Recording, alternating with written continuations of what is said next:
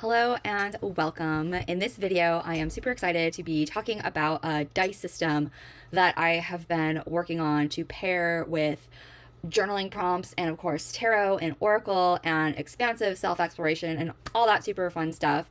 So I'm going to talk about this system, ways that you can really modify it and adapt it to create your own if you don't agree with my prompts or whatever. Kind of thinking about it in terms of like the process of having a system, and then the content is more about like what the specifics within the category for each like die actually are. So I wrote this out in my what has I guess become my like little game notebook. It's my Snow White Moleskin. I've had this for a really long time. I just used it for the very first time last month, actually, at the drama therapy conference. Is what I used to take all my notes in, and now I'm kind of just starting to write down my notes. I wrote down, kind of my little framework or process for Lorcana. Now I'm using it for my dice system, and then I got some other card games that I'm super excited to play with and think about integrating with tarot and oracle and charms, of course, and dice. But that's another video. So anyway, so this dice system, it uses like all the typical game D&D type of dice. You can get sets pretty cheaply on Amazon. They're just like, all these, it uses all of these dice, and I'll just go. So the way that it works in my process is you would roll the dice first, and then based on the rolls, that will dictate like cards and charms and number and all that, and the kind of the exploratory process. So starting off with the D4. So I assigned this the purpose of this, the function of it is to identify the focus area.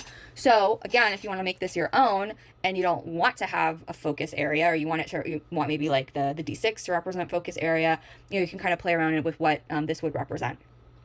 So that's one way to modify it for your own stuff, and you can do that obviously with any category that's represented by a dice or a die, I guess. So if you roll this and you get a 1, it represents self and identity.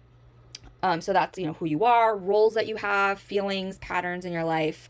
That's, all of that stuff of self and identity, whatever it brings up. The second one is relationships and connections. So thinking about others and our interpersonal world, our like dynamics and communication. And these are interpersonal relationships. So these are relationships that we have with like other people in our lives, to distinguish from intrapersonal, which is more of our inner relating. I guess intrapersonal would be more related like in the self and identity bucket, I guess. A 3 is environment and context.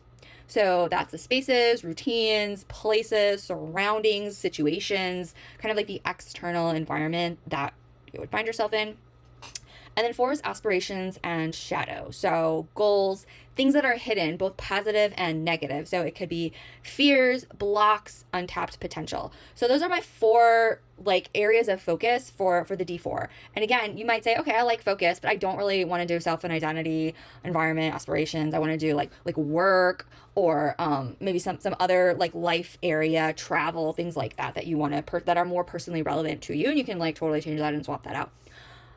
What the D4 does is it sets like the focus area of the reading, right? Like we can pull a tarot card, and people work with it, and I work with it in my card play process in so many different ways. But this is kind of saying, okay, whatever this card is, I just have a Dixit deck in front of me right now, and you can certainly use Dixit instead of tarot. Whatever card I've pulled here, if I've rolled a 4, this card I'm gonna work with it in the context of my aspirations, shadow, things that are hidden, things that I'm not fully aware of, things that are kind of revealing themselves over time. So that's how the focus roll works. The next one is the D6, and this is, where's my D6? Okay, cool. So the D6 is the path of engagement. So this is about how, kind of giving a little bit of direction on how to work with the cards or the charms. And so again, I have, you might not want to have a path of engagement. You might want to have something else represented by the D6, and that's, your own creative journey, your own creative process, which is super cool. Or like I'm going to go through what the 6 are, and you could change them or modify them, pull out one that doesn't work for you and pop one in that might work better. And I'll kind of give some examples of that as well. So if you roll a 1, the kind of central like way to think about interpreting the cards or working with the imagery is with the colors.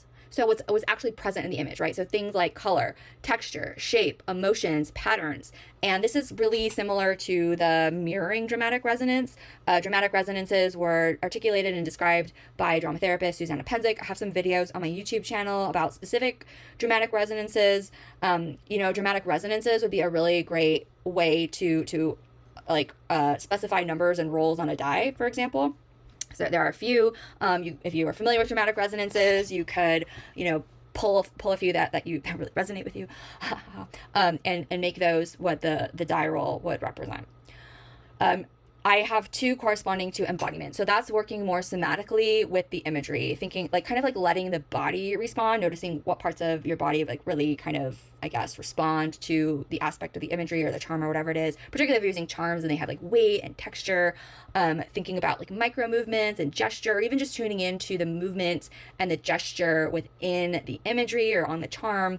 Posture, I mean, if you wanted to, if you were so called to, you could even evolve it into kind of a mini or a micro enactment with, improv and a little bit more dynamic in that way.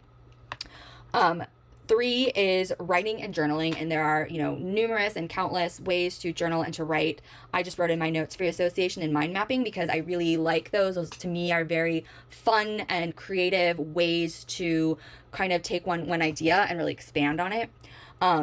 And then 4 is interact and pair. So that's kind of thinking more about the connections and the dynamics around cards and charms, how they might interact, how they might speak to each other, particularly if you have charms, where are they placed, if you move them around, how does that change things, if you cast charms, what kind of the positioning and how the positioning works, and thinking about how, in a creative way, how the cards and the charms and all that stuff might interact with one another or speak to one another.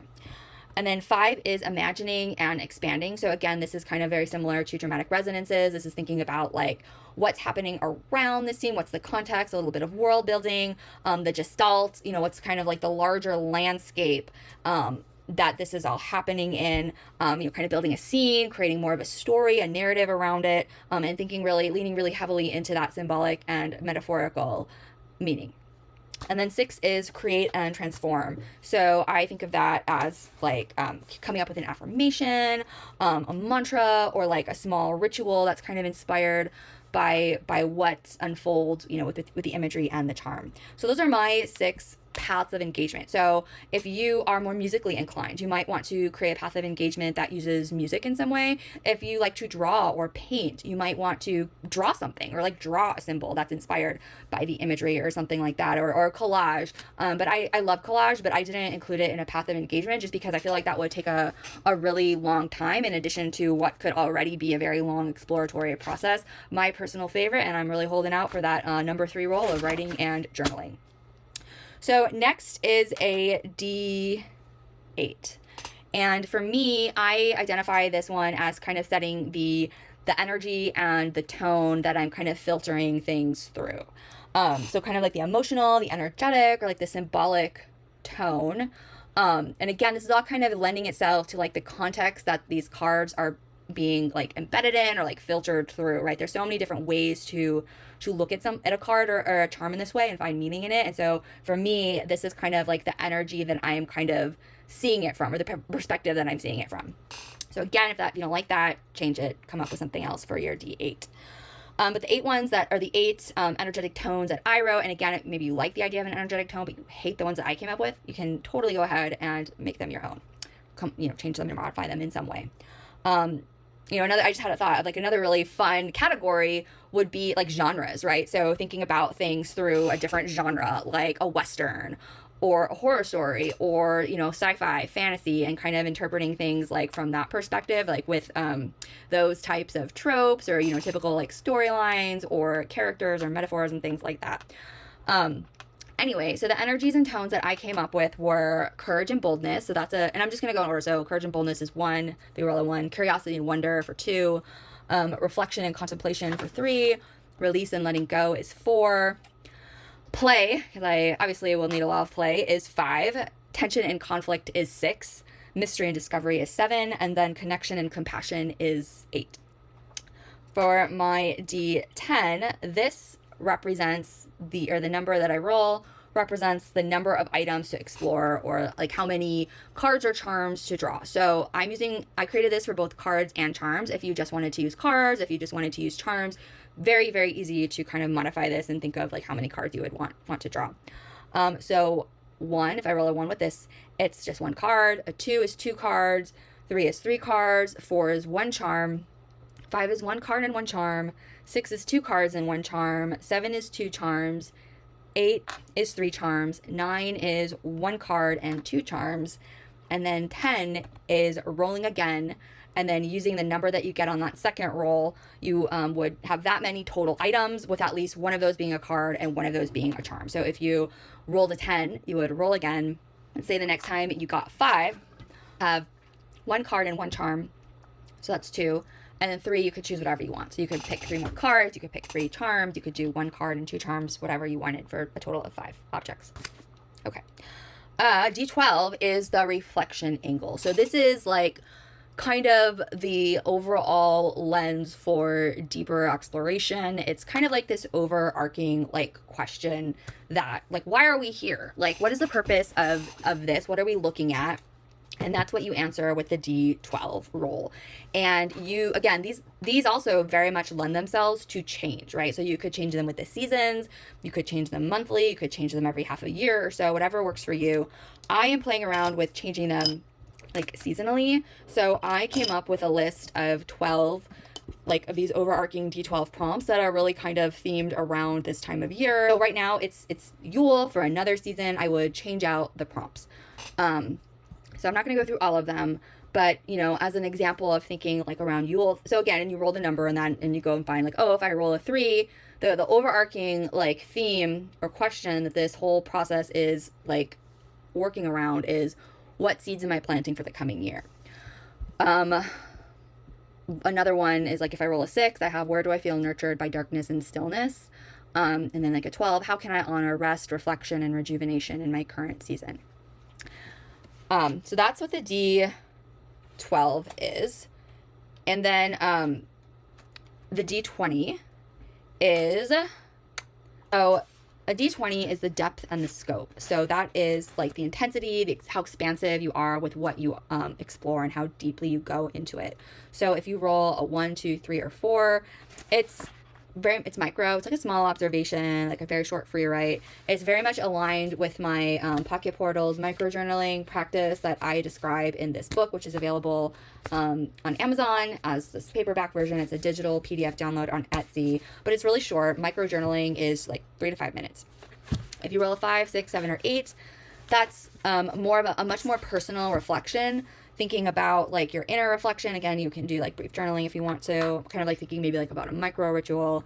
And then if you roll a 9, 10, 11, or 12, that's more relational. So considering how, you know, what you are exploring connects to other people in your relationships. And then 13 through 16 is embodied. So really kind of exploring and writing from the perspective of your body. So thinking about sensations, physical sensations, movement, including your senses in your reflection, and kind of like the depth and the scope of what you're reflecting on, right? Because like if we're just thinking about ourselves and how we perceive things, we may not really be thinking so much about our physical bodies in that way, or movement or gesture, things like that. And then 17 through 20 is very expansive. So this is much more involved. This is a longer journaling process. It can be multiple scenes. It can really expand beyond like this whole dice process here in terms of adding more cards and more charms, world building, even going into like role playing and really kind of fleshing out characters in like more of a game type of setting. It's more involved, maybe like mapping things out more and bringing in things from like the drama therapy and the psychodrama world, like social atoms and things like that, finding much more layer and nuance to how things are connected and related. And then finally, the D100. So I had to, of course, include microjournaling prompts in this process, and that is what the D100 does. It's very it's optional, I guess you could say, and so you roll it and you get a prompt. And again, these I'm kind of trying to theme them around the season. So the ones that I have right now are very like Yule themed, winter themed, and they are it's all centered on like exploring like the entire what you have in front of you, what you've like explored so far with the cards, right? So if we think about the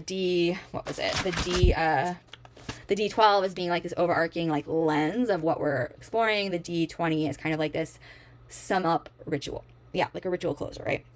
So just some examples of ones that I have. Again, I'm not going to go through all of them.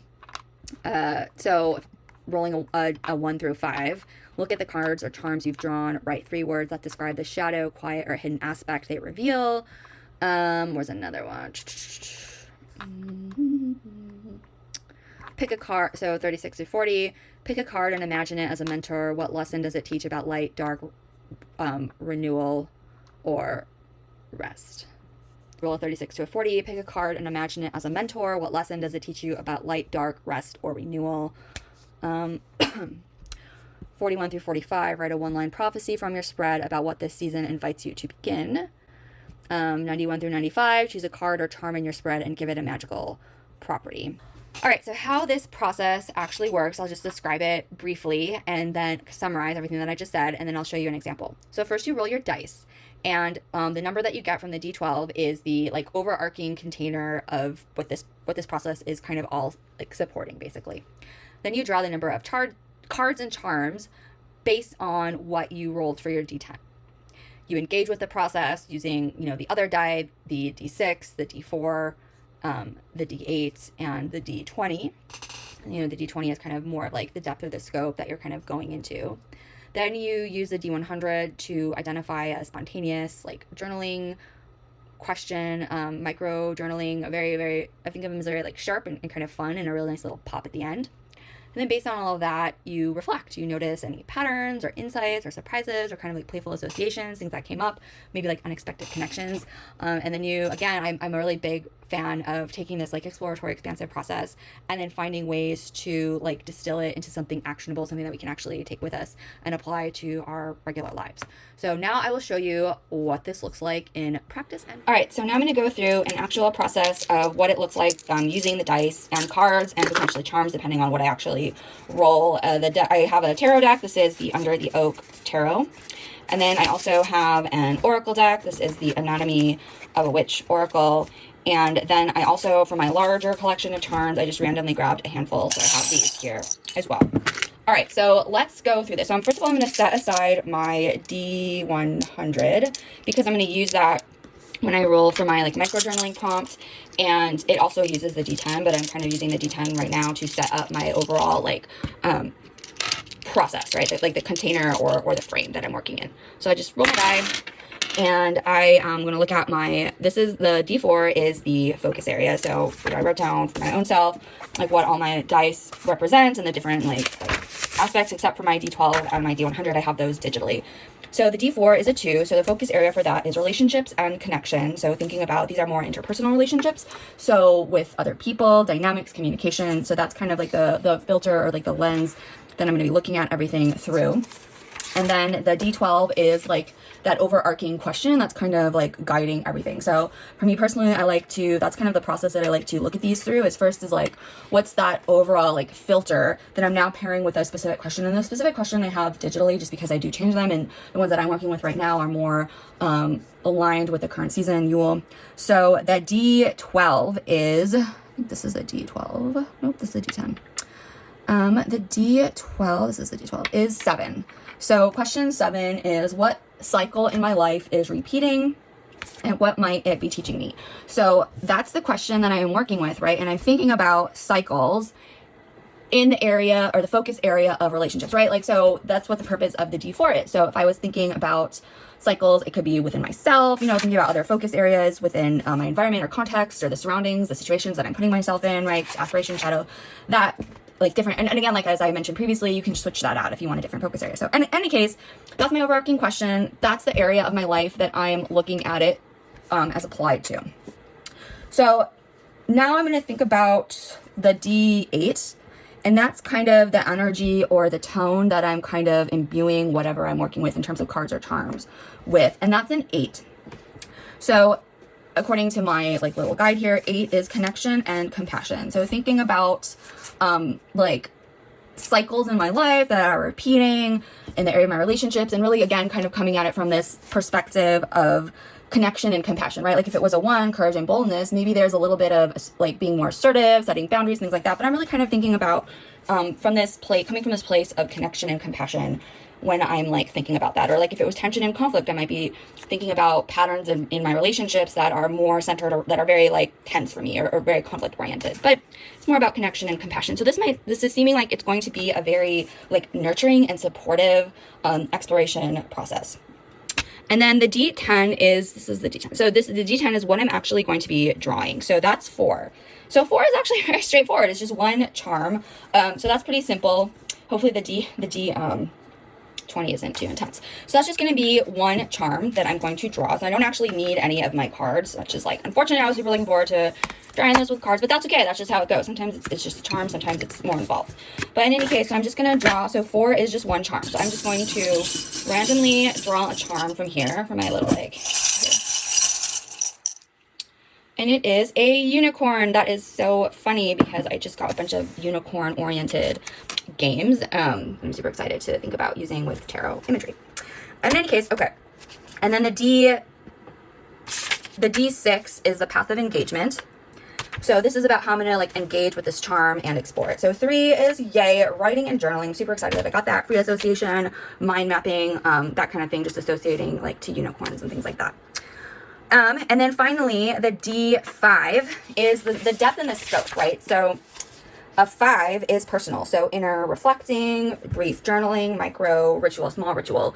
So this is kind of thinking about these things in a much more personal way. So again, this to me is just kind of pointing in a much more like nurturing direction. So I'm not going to go into like the specifics of how I personally would interpret all of this. I just want to kind of demo how this process would work and how you would get to something that you would work with. And then, you know, if in the process of your exploration, you want to pull cards around this charm, you certainly could, like thinking, you know, maybe like an oracle to pair with this, unicorn to think more, you know, again, this is more focused on relationships, and I'm taking like a very nurturing and like playful and magical like orientation to it. You know, commune. So again, this is also very, very relational, you know, with other people and things like that. And so anyway, I'm not going to get too much into like the interpretation or what this means to me or what this brings up for me. I just, again, really want to just demonstrate the process. So then finally is the D20 that you can roll to kind of as like a wrap up or a summary of what you have explored. So I'm going to roll these separately just to kind of keep everything a little bit contained here. So this is the D100, and this is the D10. So I'm going to first, wait, this is the D8. Whoops. This is the D10. Kind of look the same. Anyway, so I'm going to roll this first, and this is like the 10s. So this is 20, and this is a 6. So 26. So I go to my list of my D100 prompts, and it's 26. So that prompt is noticing the colors and textures in a card or charm and what they remind you of. So if I'm just working with the charm, the texture, I mean, it's like very, you know, kind of, there's a little bit of texture to it, but, you know, I noticed the pink and the silver, a little bit of like pop of pink. And then, you know, I pulled this card, and it's very like wavy, which also kind of mirrors like what, like the hair of the unicorn. Obviously the horn is kind of pointy. These also kind of are like horn, like unicorn, magic horn. Anyway, so you can kind of like go off of that, and then, you're basically free associating, like what does this remind you of, things like that, and you can kind of like sit with it. And so that is how this process would work. I'm super excited to keep working with it, refining it as I go. Especially I really like the idea of bringing in different types of like prompts and things like aligned with the seasons to kind of develop that more personal like connection to nature and like the cycles that we are embedded in.